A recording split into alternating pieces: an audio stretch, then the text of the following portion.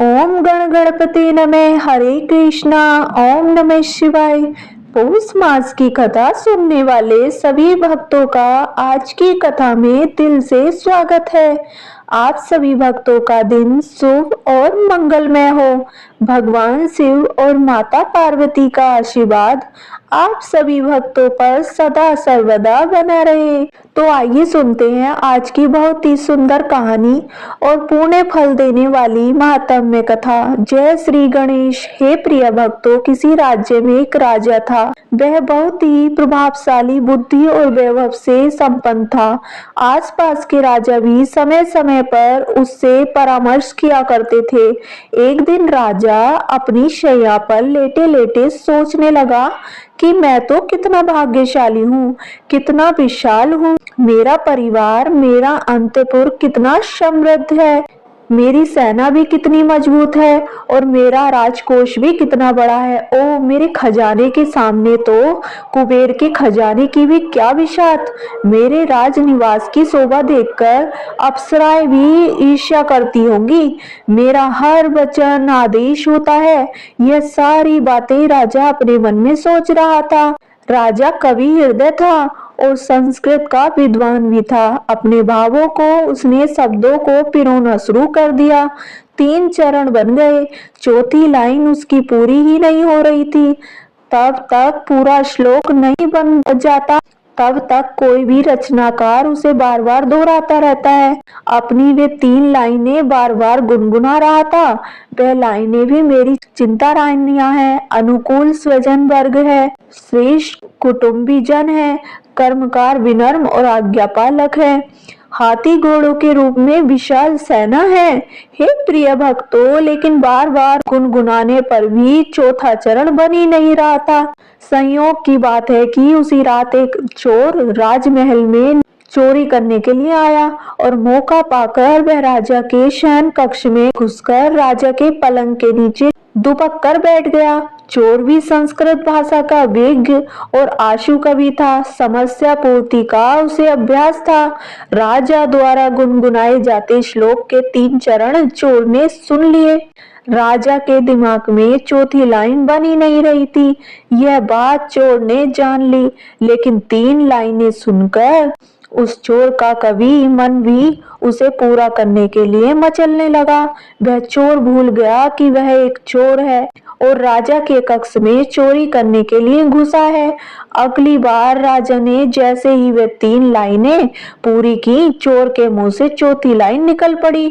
चोर बोला, राज्य वैभव आदि सब तभी तक है जब तक आंख खुली है। आंख बंद होने के बाद कुछ नहीं है, इसलिए किस पर गर्व कर रहे हो।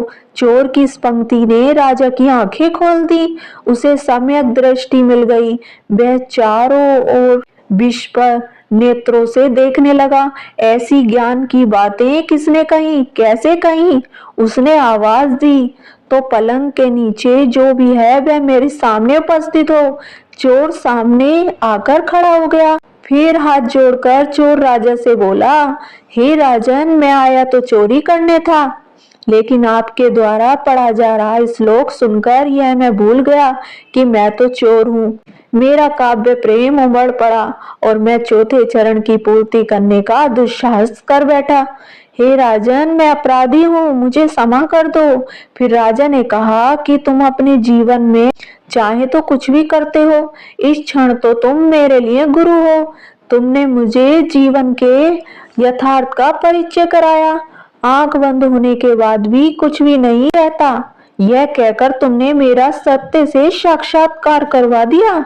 गुरु होने के कारण तुम मुझसे जो चाहो मांग सकते हो। चोर की समझ में कुछ नहीं आया, लेकिन राजा ने उसके बाद आगे कहा, आज मेरे ज्ञान की आंखें खुल गईं, इसलिए शुभ शीघ्रम इस सूक्त को आत्मसात करते हुए मैं शीघ्र ही संन्यास लेना चाहता हूँ।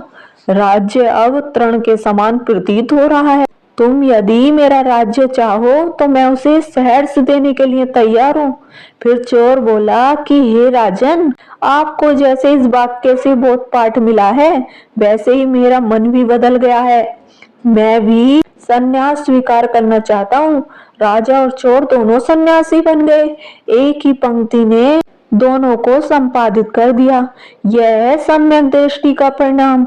जब तक राजा की दृष्टि सम्यक नहीं थी, वह धन वैभव लोभ भोग विलास को ही सब कुछ समझ रहा था। जैसे ही आंखों से रंगीन चश्मा उतरा, दृष्टि सम्यक बनी कि पदार्थ पदार्थ हो गया और आत्मा आत्मा।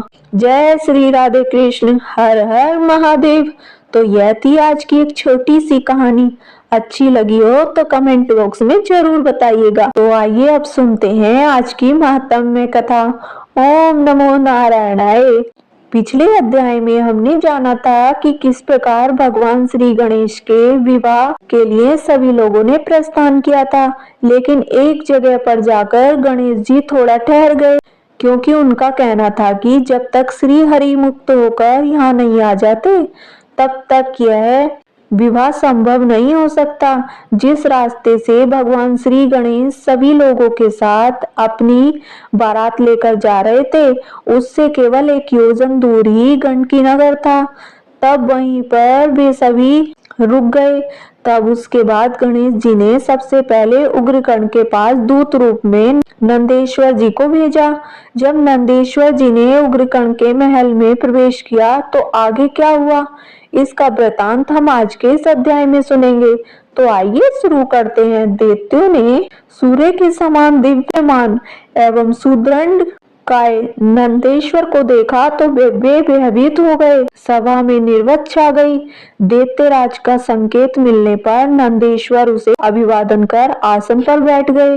फिर नंदेश्वर बोले, हे दैत्यराज, मैं अनेक राजसभाओं में जा चुका हूँ और सर्वत्र ही आगत व्यक्ति का सम्मान करने की नीति देखी है, लेकिन तुम लोग तो अत्यंत बलवान, सुंदर और ऐश्वर्य संपन्न होते हुए भी भेड़िए के समान बुद्धि रहित हो, इसलिए किसी बुद्धिमान मनुष्य का आदर सत्कार करना भी नहीं जानते। यह धर्म केवल राजा का ही नहीं, अमात्यादि वर्ग एवं प्रजा वर्ग का भी है। इससे स्पष्ट है कि तुम्हारी समस्त प्रजा, सभासद और अमात्य वर्ग भी मूर्ख ही है। नंदीश्वर के वचन सुनकर दैत्यराज ने कुछ विनम्रता से कहा, हे ऋषि श्रेष्ठ, आपकी बुद्धि ब्रह्मा के समान तेज, अग्नि के समान और गति वायु के समान प्रतीत होती है। आप कौन हैं और आप कहां से आए हैं और आपके आने का उद्देश्य क्या है? फिर नंदीश्वर बोले, हे असुरराज, मैं भगवान शूलपाणि का प्रमुख गण नंदी हूँ। उनके यहाँ भगवान गणेश जी ने धरती का भार उतारने के लिए अवतार धारण किया है। हे प्रभु, सर्वसमर्थ और समस्त संसार के उत्पत्ति, पालन और विनाश करने वाले हैं। उन्होंने अनेक दैत्यों का संहार किया है। यह तथ्य तुमसे छिपा तो है नहीं, इसलिए तुम्हें उनका अनुग्रह होना चाहिए। उनका संदेश है कि तुम सब बंदी देवगणों को मुक्त कर दो। फिर उत्तेजित हुए उग्रकर्ण ने प्रश्न किया कि देवगण को मुक्त कर दो क्यों? इसलिए कि वे फिर से सक्रिय हो जाएं और हमारा अनिष्ट करने लगे। फिर नंदी जी ने कहा कि सभी को स्वतंत्र रहने का पूरा अधिकार है। तुमने उन्हें बंदी बनाकर अत्याचार किया है। अपने को संयत करते करते फिर से विचार करके देखो कि तुम जो कुछ भी कह रहे हो वह न्याय है या अन्याय। फिर उग्रकर्ण बोला, मैं जो कुछ भी करता हूँ वह सब न्याय है और उसमें हस्तक्षेप करने का किसी का कोई भी अधिकार नहीं है। तुम अपने गणेश्वर से कहना कि तुम अधिक उछल कूद मत करो, मेरी शरण में आ जाओ, तो उसे मृत्यु का भय नहीं रहेगा। तुम्हारी उनसे कोई तुलना ही नहीं हो सकती, इसलिए मेरी बात सुनकर उनकी आज्ञा का तिरस्कार मत करो। जो देवता तुम्हारे यहाँ बंदी हैं उन्हें जल्दी से मुक्त कर दो, अन्यथा व्यर्थ युद्ध में भीषण संहार उपस्थित होगा। उग्रकर्ण कुछ क्रोध करते हुए सब बोला, मैं तो तुम्हें बुद्धिमान समझता था, लेकिन अब समझा कि तुम तो बिल्कुल बुद्धिहीन मूर्ख हो।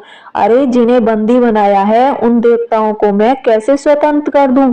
तुम मेरे पौरुष से अनभिज्ञ हो, इसलिए इस तरह की बातें करते हो। सोचो भला, किसी व्याघ्र के समक्ष श्रीगाल की क्या विषात। यह सुनकर नंदीश्वर हंस पड़े और बोले कि हे असुरराज, मूर्खों जैसी बात मत करो। अपने उन महापराक्रमी वीरों की ओर ध्यान तो करो जो गणेश्वर के हाथों बात की बात में मार दिए गए। क्या वे तेरी अपेक्षा शक्तिशाली थे? देख, नीति कुशल वह है जो संयोजित कार्य करे। तुझे भगवान गणेश्वर की आज्ञा मानकर अपने प्राणों की रक्षा करना ही कर्तव्य है। हे प्रिय भक्तों, दैत्य के नेत्र लाल हो गए। उसने क्रोध पूर्वक गर्जना करते हुए कहा, हे मूर्ख बैल, तू यहाँ शांति दूत बनकर आया है या उपदेश देने? मैं तुझे दूत समझकर ही कुछ नहीं कहता, अन्यथा तेरे प्राण ले लेता। अब जाकर उस दूध मुँहे बालक की प्रशंसा मेरे सामने नहीं करना। नंदीश्वर भी गर्ज उठे, हे मूढ़, हे पापी, अधम, तेरी बुद्धि मारी गई है और काल तेरे सिर पर सवार है, इसलिए व्यर्थ प्रलाप कर रहा है। तेरे मुख से मयूरेश्वर की निंदा सुनकर अकेला मैं ही तुझे मार डालने में समर्थ हूँ, लेकिन स्वामी ने ऐसा करने की मुझे आज्ञा नहीं दी है। यह कहकर नंदीश्वर ने घोर हुंकार की, जिससे समस्त दैत्य सभा भयभीत हो उठी। अनेक राक्षस अकारण ही मूर्छित हो गए और अनेक इधर उधर छिप गए। यह देखकर घोर गर्जना करते हुए नंदीश्वर दैत्य सभा से उठकर वायु वेग से चल दिए। नंदीश्वर ने शिव शिवा की सेवा में उपस्थित होकर मयूरेश्वर से दैत्य सभा के समस्त समाचार कहे और अपने तथा दैत्य राज के बीच में हुई बातों से भी अवगत करवाया। तब मयूरेश्वर ने भगवान शिव से आज्ञा लेकर प्रथम गणों और देवताओं आदि को दैत्यों का आक्रमण करने का आदेश दिया। गणेश्वर बोले कि अब यह स्पष्ट हो गया है कि युद्ध के बिना देवताओं का छुटकारा नहीं हो सकता। यद्यपि हम युद्ध नहीं करना चाहते थे, किंतु उस दैत्य ने हमें विवश कर दिया, इसलिए बिना किसी प्रकार का विलंब किए हमें चढ़ चलना चाहिए। ऐसा कहकर गणेश्वर ने सिंह गर्जना की और समस्त शिव गण आदि भी जोर जोर से मयूरेश्वर की जय हो, गणनायक की जय हो का घोष करते हुए युद्ध के लिए गंडकी नगर की ओर चल बढ़े। उधर गुप्तचरों द्वारा आक्रमण का समाचार पाकर दैत्यराज ने सामना करने के लिए अपनी सेना को आगे बढ़ने का आदेश दिया। तब 10 करोड़ दैत्यों की चतुरंगिनी सेना नगर से बाहर आकर युद्ध करने लगी। गण बड़ी वीरता, धैर्य और साहस से युद्ध कर रहे थे। दोनों ओर से अनेक प्रकार के मार्ग शस्त्र प्रयोग में लाए जा रहे थे। असुरों का शिवगण भारी पड़ रहे थे, सेना कटती जा रही थी और धरती पर सबों का अंबार लगता जा रहा था। धीरे धीरे दैत्यों की विशाल सेना कालकलित हो गई तथा कुछ थोड़े से बचे कुचे दैत्य उग्रकर्ण के पास जाकर बोले कि हे राजाधिराज, शिव सेना ने हमारी विशाल वाहिनी सेना को मार डाला और नगर की सीमा बाह्य भागों, वनों, खेतों, जलाशयों एवं अन्य महत्वपूर्ण स्थानों को अपने अधिकार में कर लिया है। हे दैत्यराज, हम बड़ी कठिनाई से अपने प्राण बचाकर युद्ध का समाचार देने आए हैं। हे प्रिय भक्तों, उग्रकर्ण को पहले तो उनकी बातों पर विश्वास नहीं हुआ और जब उसे विश्वास हो गया तो शोक के कारण प्रलाप करने लगा। देखो, पतंगों के समान तुच्छ शिवगणों ने मेरी मंदरगिरी के समान विशाल एवं अजय सेना को नष्ट कर डाला।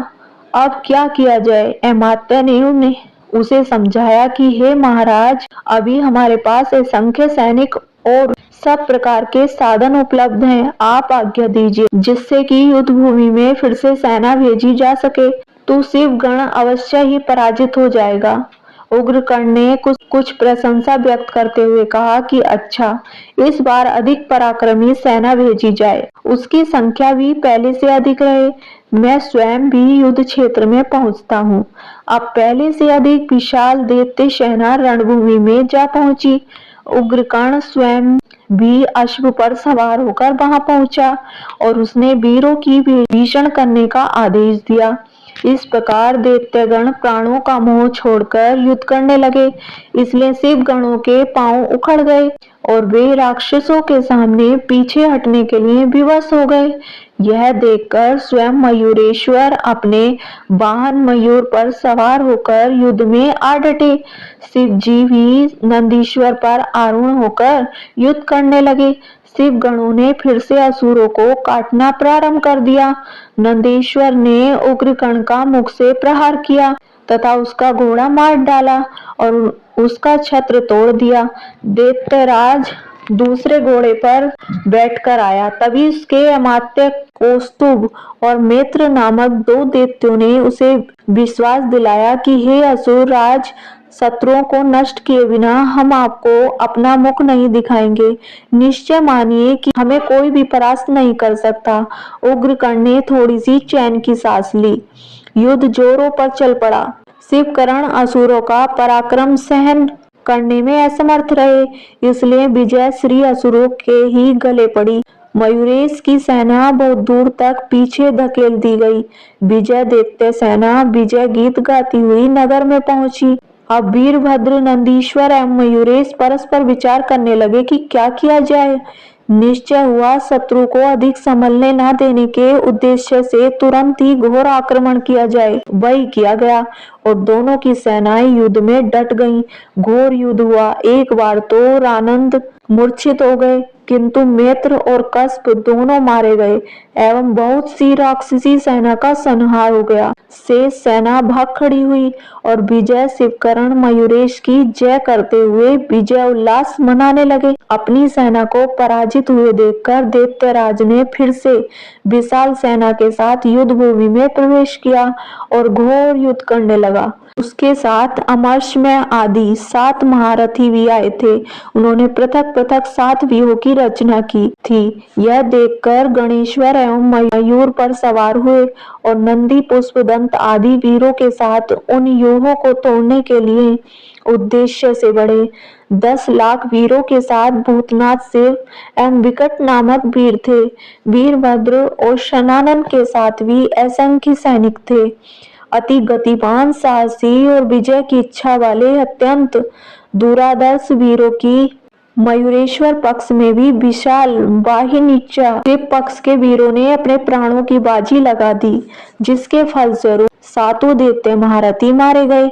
असुरों की और पराजय से संतप्त हुआ उग्रकर्ण भागकर अपनी राजधानी जा पहुंचा। उग्रकर्ण अपनी बार बार की पराजय से बहुत दुखी हो रहा था। उसने सोचा कि मेरे वीर सैनिक संदेव देवताओं को दबाए रखने और मारने में समर्थ थे। वे आज भूनों और मच्छरों के समान मार डाले गए। यह विपरीत बात कैसे देखने सुनने में आ रही है।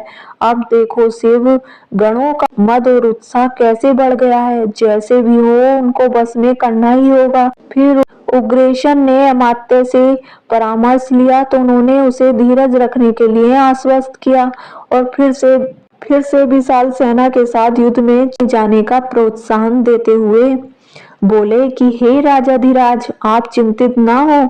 जब तक श्वास तब तक आस वाले सिद्धांत को ध्यान में रखते हुए ही कार्य करें। आपकी विजय निश्चित है। उग्रकर्ण ने इस बार और भी अधिक तैयारियां की और फिर से विशाल सेना के साथ युद्ध क्षेत्र में पहुंच गया। उसने जाते ही तीक्ष्ण बाणों की वर्षा आरंभ कर दी। उसने सोचा कि समस्त विग्रह की जड़ यही बालक है। इसका वध होते ही शिवगण पराजित हो जाएंगे, फिर कोई भी युद्ध करने का साहस नहीं कर पाएगा। इसलिए सबसे पहले इसी बालक को समाप्त करना चाहिए। ऐसा विचार करके उग्रकर्ण विनायक की ओर क्रोध पूर्वक बढ़ा। हे प्रिय भक्तों, उसकी गर्जना का उत्तर उसको गर्जना से ही मिला तो उसने भयंकर बाण वर्षा शुरू कर दी।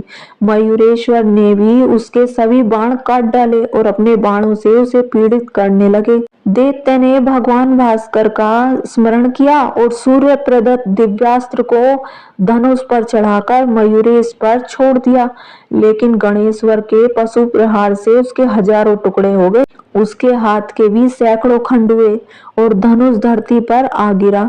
अब उसने चक्र चलाया, वह भी गणेश्वर द्वारा प्रक्षेपित शूल से टकराकर दैत्यराज के ही मस्तक पर आ गिरा। उसके कानों सहित कुंडल पृथक पृथक हो गए तथा वह शूल, कान, कुंडल और मुकुट के सहित गणेश्वर के पास लौट आया। उग्रकर्ण को शूल के इस प्रभाव पर बड़ा आश्चर्य हुआ और वह भयभीत एवं आशंकित होते हुए भी उसने क्रोध प्रदर्शित किया कि मूर्ख, तू इस सामान्य कार्य को दोषतर समझता है। तूने मेरे कान काटे हैं तो मैं तेरी नाक उड़ा देता हूँ। ले देख मेरा पराक्रम। ऐसा कहकर वह खड़ग तान कर मयूरेश पर झपटा, किंतु जब उसे सर्वत्र मयूरेश ही मयूरेश दिखाई देने लगे, असंख्य मयूरेश अटस कर रहे थे, उसका साहस टूट गया और पलायन के विचार से उसने दुर्ग में लौटने का विचार किया। लेकिन उस ओर भी बहुत से मयूरेश अटस करते हुए प्रतीत हुए। इसके कारण नेत्र बंद किए तो हृदय में भी मयूरेश ही दिखाई दिए। फिर वह युद्ध भूमि छोड़कर भाग निकला और घर जाकर चुपचाप मुंह ढककर लेट गया। यह देखकर उसकी महासुंदरी पत्नी ने कोमल वाणी में पूछा, हे प्राणनाथ, आज आप ऐसे चिंतित और मलान मुख क्यों हो रहे हैं? यदि इसका कुछ कारण बताएं तो संभव हो कि कुछ उपाय मुझे भी सोच जाए, मैं भी आपकी सहायता कर पाऊं। दैत्य ने पत्नी को बताया कि हे प्रिय, आज मुझे युद्ध क्षेत्र से भागना पड़ा, यद्यपि मैंने 7 करोड़ देवगण और शिवगण को धराशायी कर दिया, तो भी शंकर के पुत्र ने, जो कि अभी बालक ही है, अपने शूल से मेरे दोनों कान काट डाले। अब मेरी समझ में नहीं आता कि उसे मारने के लिए क्या उपाय करूं? ऐसा सुनकर उग्रकर्ण की पत्नी ने विनय पूर्वक कहा, हे स्वामी, यदि अपराध क्षमा हो तो कुछ निवेदन करूं, कहीं आप रुष्ट तो न हो जाएं। इस भय से यथार्थ बात कहने में कुछ संकोच हो रहा है। दैत्यराज के आग्रह पर उसकी पत्नी ने फिर से कहना शुरू किया कि हे नाथ, देव, ब्राह्मण और गो से द्वेष करने पर ना तो स्थायी सुख मिलता है और न कल्याण ही होता है। संसार में निंदा भी होती है, यद्यपि कोई सामने नहीं कहता, पर पीठ पीछे तो सब कहते ही हैं। मेरे मत से इनकी संदेह, पूजा और वंदना ही करनी चाहिए। अशुभ कर्मों का फल शुभ नहीं मिल सकता। लोक में प्रत्यक्ष देखा जाता है कि जैसा बीज बोते हैं वैसा ही अंकुर उत्पन्न होता है। आपके अनुपम पुरुषार्थ ने विश्व को अधीन कर दिया, लेकिन उस पुरुषार्थ ने विश्व को अधीन कर दिया। इसलिए हे प्राणेश, आप मेरे वचनों पर ध्यान दीजिए।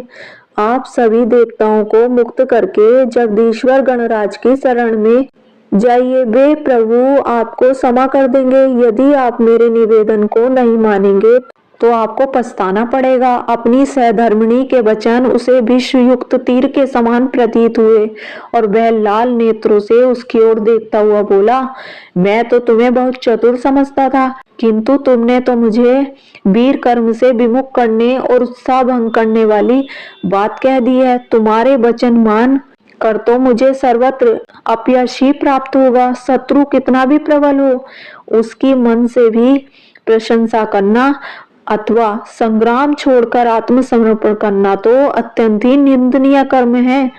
इससे तो मर जाना ही अच्छा है। क्या तुम नहीं जानती कि वीरों का कर्तव्य युद्ध है, क्योंकि युद्ध में जीतने से तीनों लोकों की ख्याति, सम्मान और ऐश्वर्य प्राप्त होता है तथा युद्ध में मरने से स्वर्ग मिलता है। यदि मैं युद्ध से घबराकर शत्रु की शरण लूंगा तो मरने के बाद मुझे पूर्वजों सहित नरक की प्राप्ति होगी। फिर एक रहस्य की बात तुम्हें और बताता हूँ। मैं जगत गुरु देवादिदेव गणेश्वर को भले प्रकार जानता हूँ। उनका अवतार मुझे मोक्ष प्रदान करने के लिए उसी प्रकार हुआ है जैसे लंकेश्वर रावण को मुक्त करने के लिए श्री राम का अवतार हुआ था। किंतु यह सब जानते हुए भी मैं काल को तुच्छ मानता हूँ। संसार में मेरे समान कोई भी योद्धा नहीं है, इसलिए युद्ध क्षेत्र में गणेश्वर का सिर अवश्य काटूं, फिर चाहे कुछ भी क्यों ना हो। ओम नमो नारायण। हे प्रिय भक्तों, इससे आगे जो कुछ भी हुआ उसका वृतांत आप अगले अध्याय में जरूर सुनिए।